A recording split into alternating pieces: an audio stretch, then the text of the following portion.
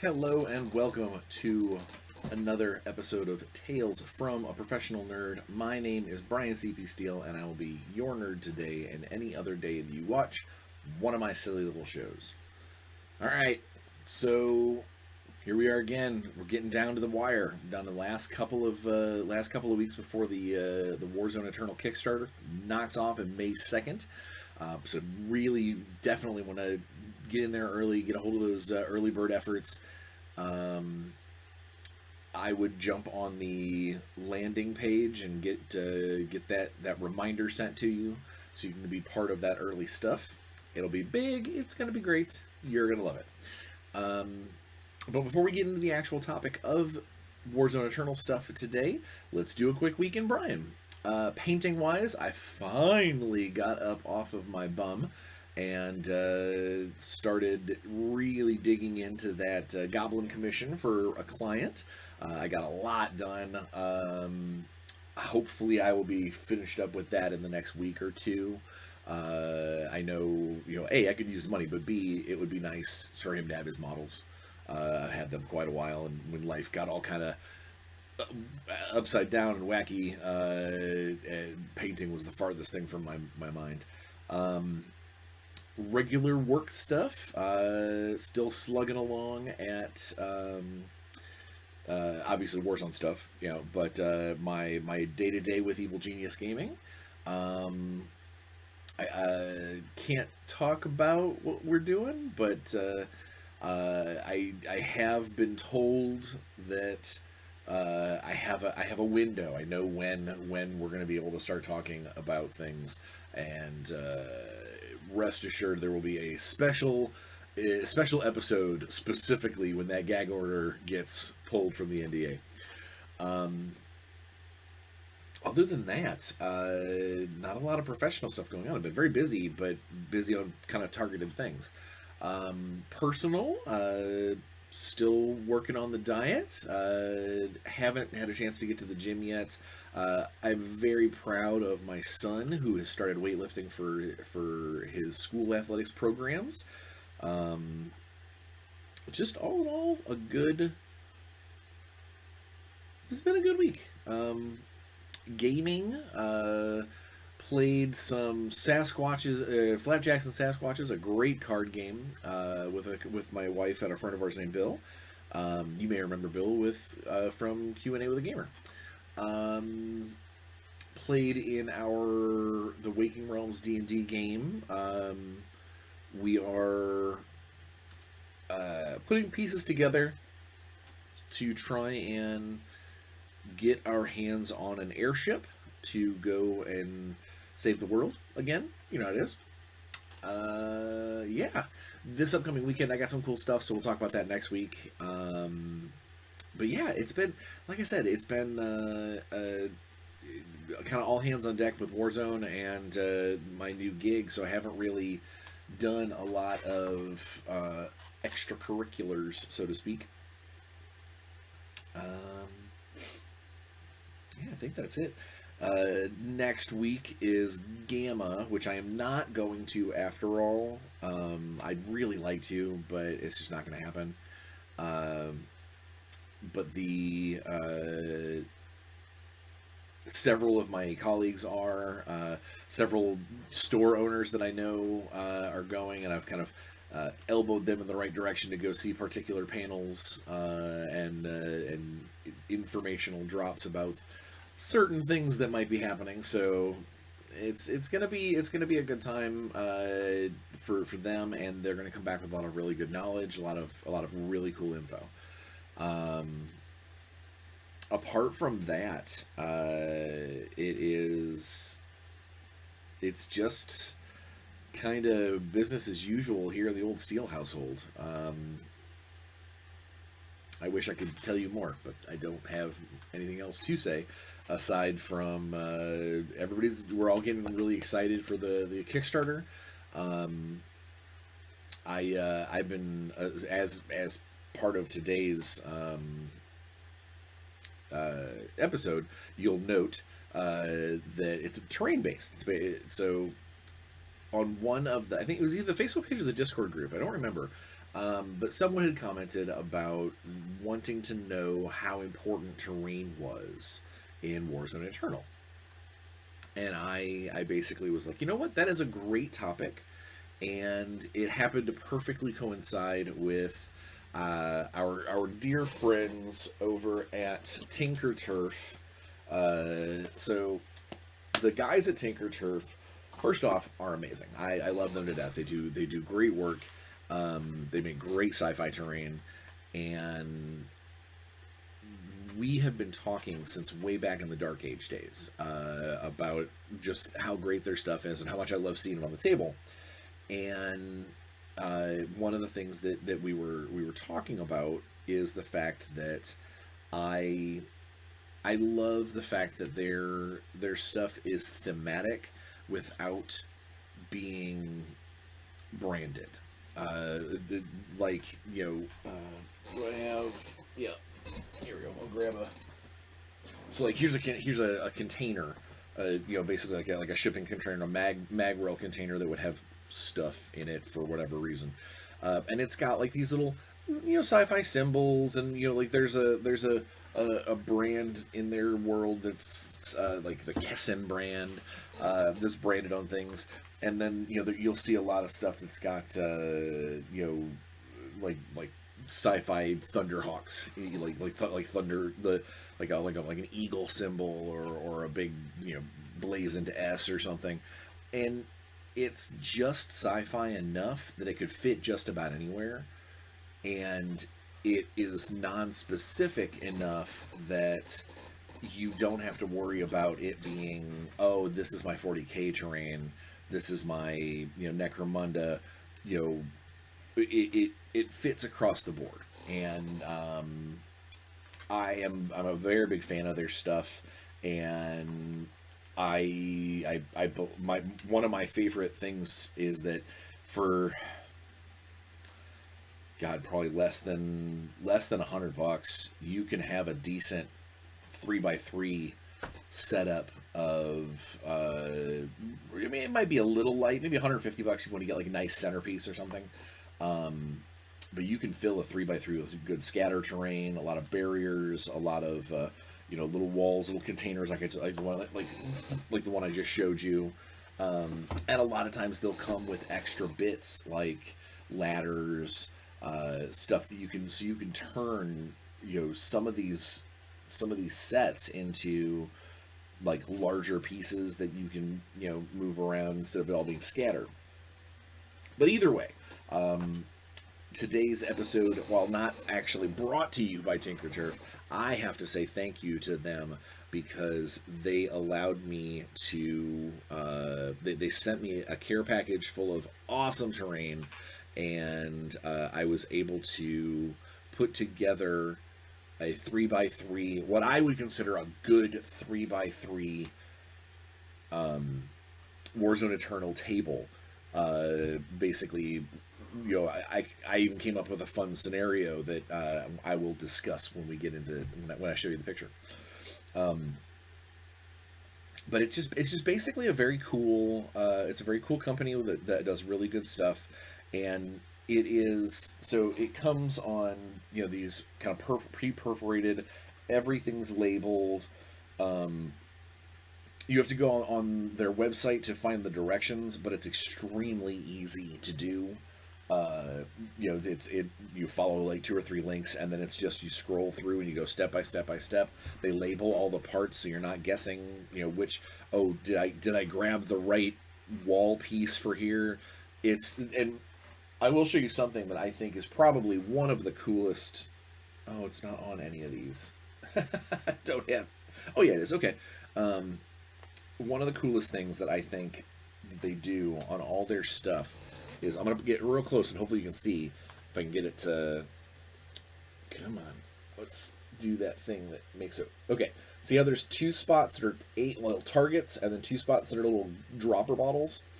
That's basically showing you the dropper bottles are where you would put your drops of glue, and when you fold this together or put them together or anything like that, the target points are where your little droplets or glue are supposed to be hitting. So you know whether or not you've got the walls set up right, whether or not you've got, because it might be two similar really looking pieces that if you put them together like this, oh wait, the little holes don't match. It's because you didn't match up your glues and your glues and your crosshairs. It's really cool. They really are an ingenious company, and you should absolutely give them your love. And if you do and you buy stuff from them, in the notes, please let them know that I sent you, that Warzone Eternal sent you, because if all goes well, I really want to talk to them about possibly maybe doing some Warzone themed terrain in the future. Maybe some like Martian Red style buildings, or I would love to do like a colony, like colony tunnels of Mercury. It would be great. But that's not what you came here for. You didn't come here to just talk about the company making the terrain. You came here because you wanted to hear about how terrain works in Warzone Eternal. All right, so the biggest thing is in a table, when you set up your 3x3 table, which Warzone is played on a 3 foot by 3 foot surface as a normal. Obviously, if you were playing a really large game, you could totally size up your dimensions. But 3x3 is the standard, and the scenarios and stuff that we are going to cook up are all going to be based off of that 3x3 footprint. On average, I would say you want about 60 to 70% coverage of terrain on the board. That includes big pieces that block line of sight, lots of little obstacles. I love having 2 or 3 big buildings, having like nice sized solid things that people can either get on top of, or use that kind of move, shoot, reposition, get nice things that if there was somebody on one side of here, if they wanted to be like run, reposition, they could get around to the other side. But more than likely, if there was somebody waiting back here, that they could get a good ambush off when they're coming around the corner or something along those lines. I like nice sizable terrain, but I also think that a board that's filled with nothing but buildings can be a little imbalanced for close combat armies, because there's just so many blocked lanes of fire. So a nice mix of the two is really what I suggest. Get you about 60 to 70% coverage. You want to have a good couple of lines of fire, and when the scenario has you start putting down, when you're setting up the terrain, one of the things to remember is the scenario is probably going to have you put down objective tokens. If not for the primary objective, for secondary point scoring and things like that. So you're going to want to try and keep in mind lanes of fire, open spaces. If there's a big, massive building right in the middle of the board, it means the objective is probably going to end up being up on top, because it's not going to be down at the bottom. It's not going to be, indoors, unless you're playing a game where you can go indoors, like it's a piece of terrain that can be removed and moved around inside. Overall, you want your terrain to be a nice mix of blocking and blockable, so it's smallish enough you can hide somebody behind, but also something you could probably fire over. You don't want everything to be blocking line of sight. You don't want every single wall to be 4 inches tall, because then, like I said, it's gonna be a close combat game, or if you are a shooting army, you're going to find yourself having, almost no lanes of fire. So a nice mix is really kind of where I would suggest. I also think that it's very cool to go up to build your terrain with multiple layers. We have rules for jumping. We have rules for falling and climbing. And there is definitely something to be said for having to think tactically in 3 dimensions, rather than just line of sight. But I also And one of the things I will say is that anything that you build that is multiple levels, make sure there's ways for people to climb. Um, Either painted on the building that there's like a ladder, or if you happen to be using TinkerTurf terrain, grab one of their little scatter ladders and put it up against the building. Make those pieces of terrain climbable, so that way you don't end up with somebody like Martian Banshee jumps up and lands up on the top and now he's untouchable. Or you get later on you get a model that does airborne deployment and lands on top of ends up scattering on top of this building and now can't get down without falling a really far distance. So you always want to make sure that there's a way, if it's feasible. Now, it's possible you could specifically make something where you're like, I don't want this to be climbable, it's just a piece of blocking terrain. Then that's fine, but you're going to want to make sure that no models get trapped up there or get up there and break the system. And the way you can do that, so I was talking about adding ladders and things. So let's talk about the terrain pieces themselves. When you're setting up a board, when you and your opponent are putting your terrain out on the board, you guys need to come up with, you need to decide what terrain features they have. So there's different terrain traits.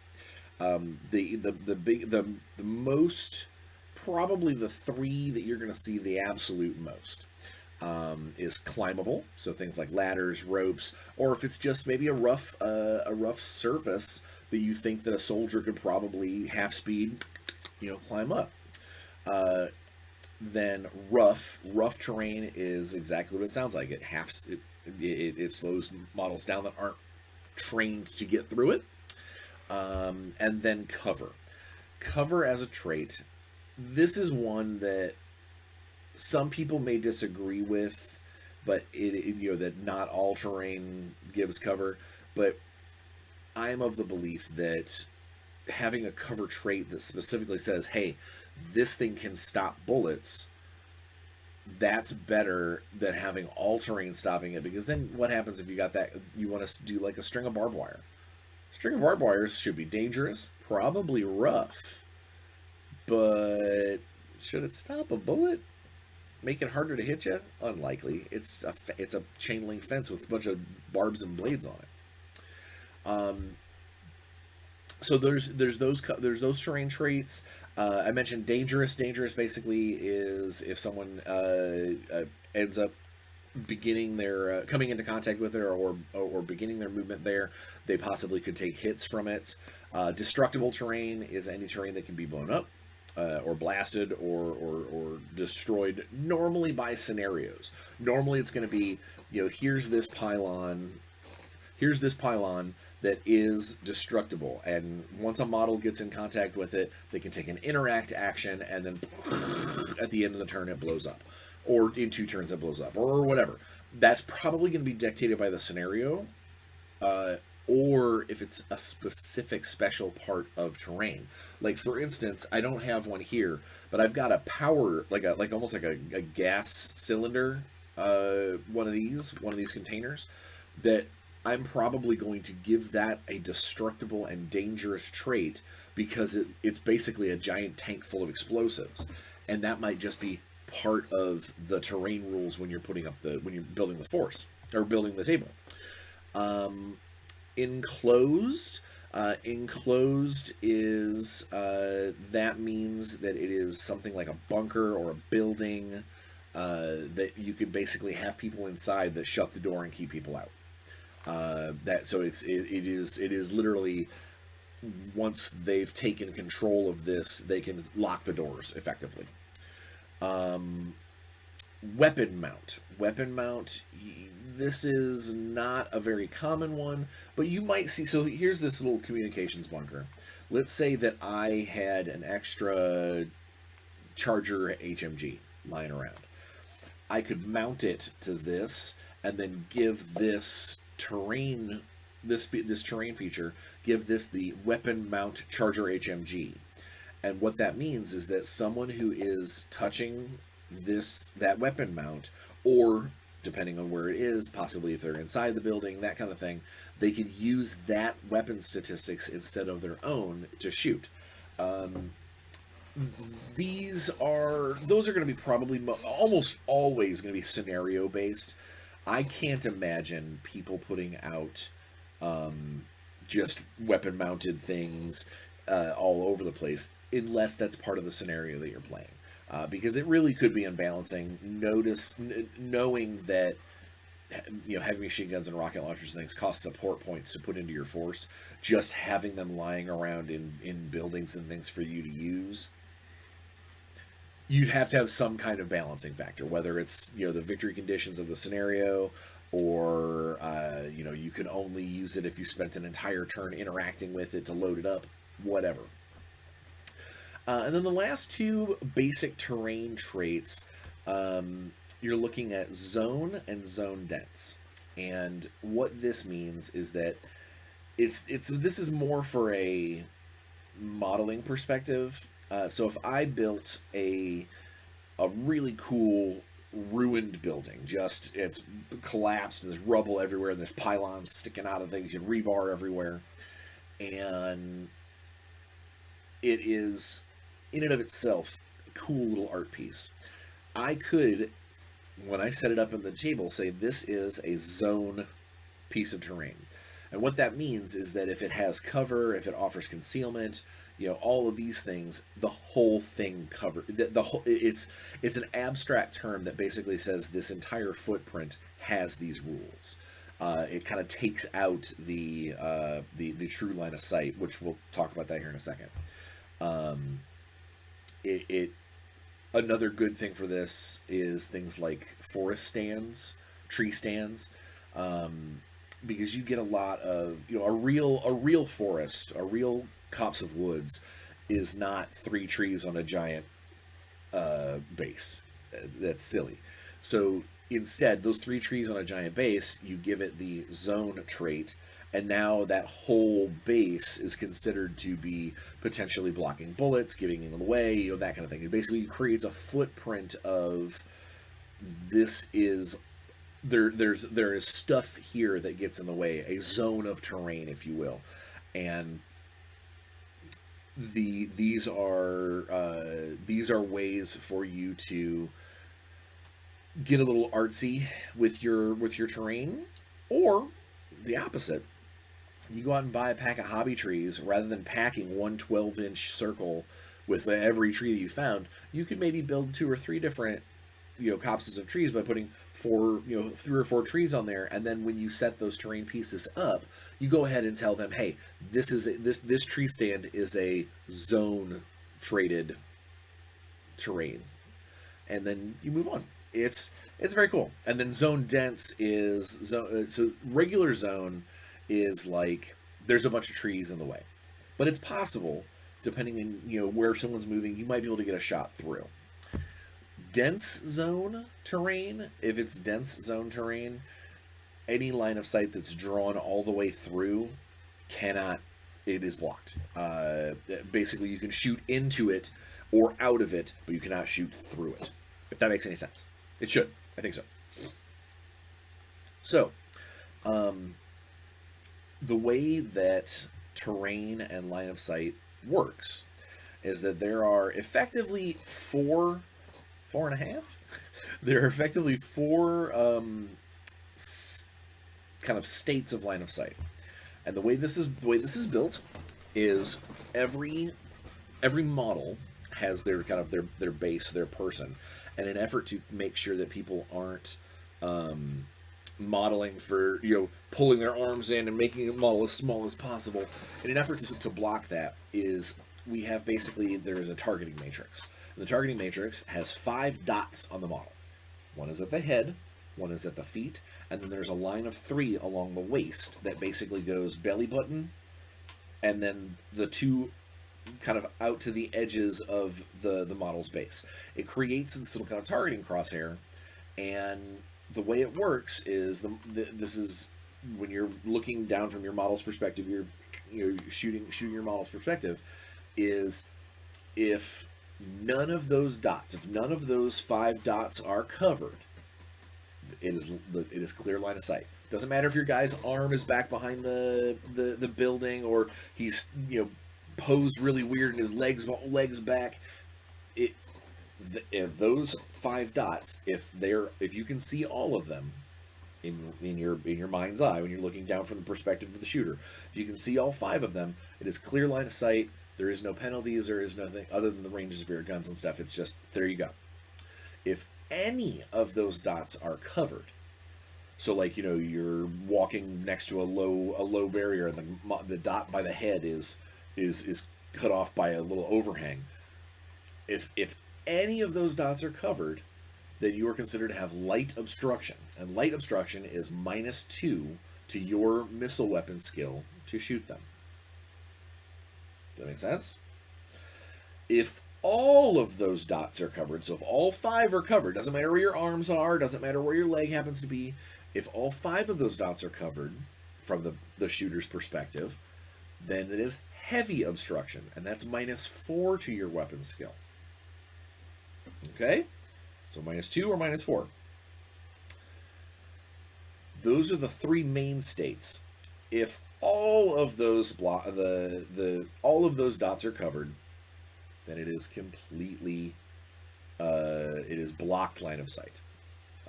So even if the model's gun and arm are completely out from behind or out from around the corner, doesn't matter. If those 5 dots are covered, then you are completely blocked. The line of sight is blocked. So just to reiterate, you have none of the dots covered. It's open. 1 of the dots covered. It's light. More than 1 of the dots covered, but not all of them. It's heavy. All of the dots covered. Blocked. That's it. That's your line of sight. The only other, I mentioned 4.5. I said, 4, and then there's this half, is if you are touching the piece of a piece of terrain with the cover trait, so something that would stop bullets. If you're touching a piece of terrain that is blocking some of those dots, you also get +2 to your armor. So in theory, kind of the best situation, aside from not being able to be shot altogether, the best situation you could really be in is having anywhere from 2 to 4 of your dots covered, so more than 1, but not all, and touching a piece of cover terrain. That would give you -4 to hit and +2 armor. So that's terrain is a very, very big deal in trying to save your model's life. Is really what it comes down to. It's in an effort to make this game tactically sound. You want to be moving. You want to keep moving. You want to try and stay. Go terrain to terrain. Think like a soldier would. You're not just going to run out there in the open and just take bullets. Even some of the staunchest of Dark Legion monsters are still going to probably try and take a little take a little bit behind that terrain just to hedge their bets, if anything else. But that's line of sight. Is the 5-dot system, and cover is whether or not you're touching something that is blocking one of those dots that has the cover trait. Easy peasy. I don't want to say, and now you know, because you do know. That's how the system works. It is not that hard. The general rule is when you're moving, unless it has the rough trait, like it's a swamp or something like that, anything that is half your model or less, you consider to be, or I shouldn't say half the model or less. I should say less than half the model in height.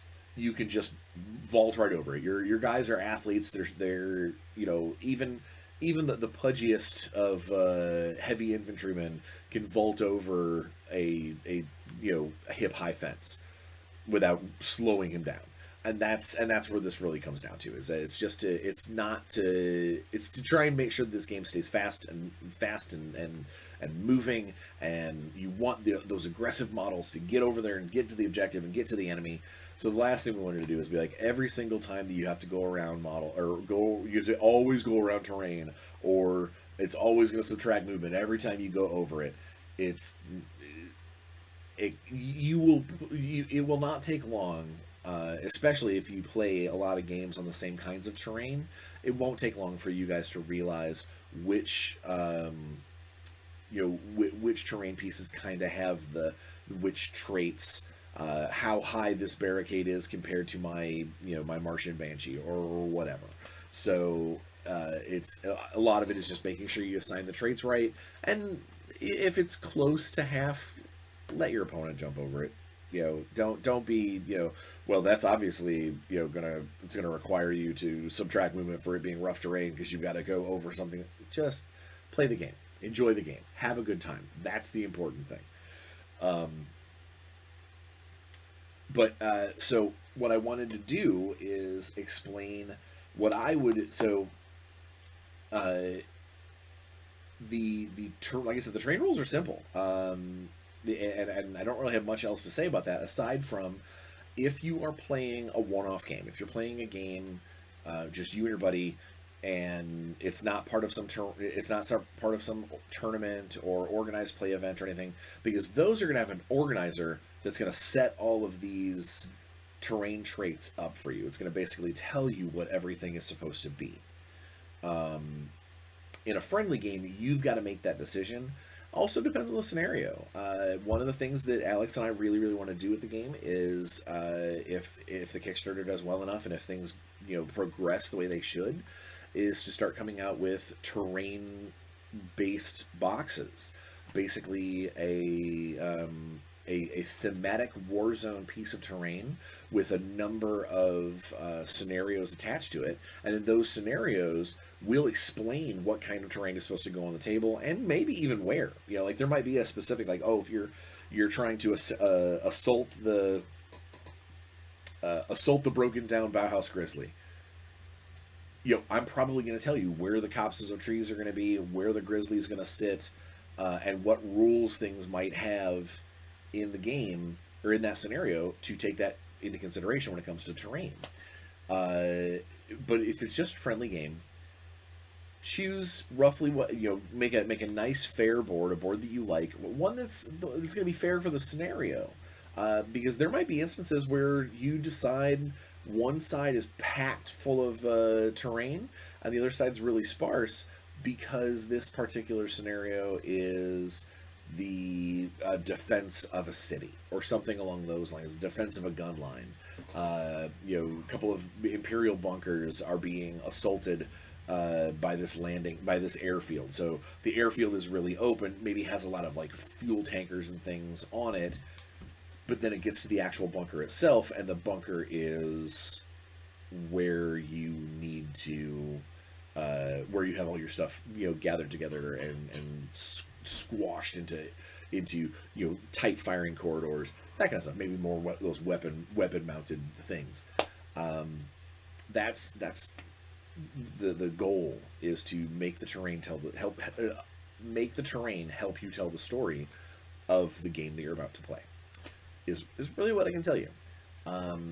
So before I leave you, I'm gonna give you an example of that. So the terrain table that I have set up, and I've taken a picture, and I will show you that picture when I'm done chatting.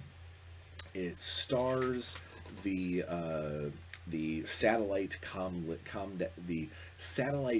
link from TinkerTurf that they sent me. We put together a beautiful piece of terrain, and so what I decided to do is I put up a perimeter wall around this centrally located big piece of awesome terrain, and both of the light side in this scenario, is trying to get to the SATCOM and radio the cartel. So basically they want to try and get somebody before the end of turn 5 up on that top floor with the satellite dish and successfully interact with the dish. That's their goal, If they do so, they get their primary victory conditions and they win the game. You will note that it's a pretty open. Yeah, there's a couple of railings, but it's pretty open there. The dark side of this wants to blow up the satellite comlink. I know you're like, well, that's easy. Just shoot rockets at it. Oh, of course not. It's not that easy. So when you look at this picture, you will see some very cool. I've got them right here. I'm going to show you. I absolutely love this piece of terrain. That is from the perimeter gate add-on. Let's see if I can get it to do. So here's the perimeter gate add-on. There's going to be one of these. There's one of these set up in front of that building, and it's set up shut. It is set up closed. It requires a model to get within contact to one of these pillars and successfully interact to open the gate. That's right. It is designed with an open and shut perimeter wall. And so this is. It's not going to be just as easy as for the Harbingers of the Darkness to just run up to that building and just blow it up, because they have to interact with the gate or wait for someone else to interact with the gate and get it open, and then sneak in, and then they just have to have 4 models take successful interact actions, or 1 model 4 times or whatever, at the I guess 3. There's 3 pillars. Basically, there are 3 support pillars that hold up the satellite. They got to interact at each one of those. And once they do that, the thing collapses, and at the end of that turn, they have achieved their primary victory condition. It's easy. So now so that's, there will be some other secondary. I'm giving you very broad strokes. There's going to be some secondary victory conditions, scoring points based off the support points of the other models, scoring points based off of the leaders that you kill, depending on whichever model opens up the actual the gate, scores model points for their side. So there's lots of ways to score victory points, but your primary victory conditions are what you really are trying to do here. And I look forward to telling you. I haven't played the actual scenario yet because it's not fully written, but I have the board set up, and I am going to go ahead and get that game played, and I'll tell you next week how it goes down. Or maybe even get a couple of shots of models, dealing with one another. But either way, I'm excited to show you more about this.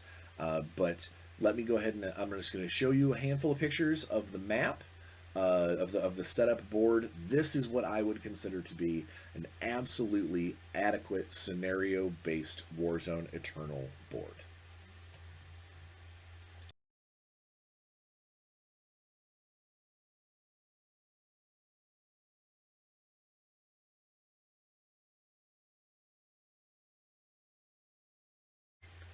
All right, so you got a chance to take a look at that. Hopefully left it on the board. Paused if you need to or whatnot. But either way, I'm super excited to get that game played and tell you how that is going to be, how that's going to be, and how it turns out. Hopefully next week.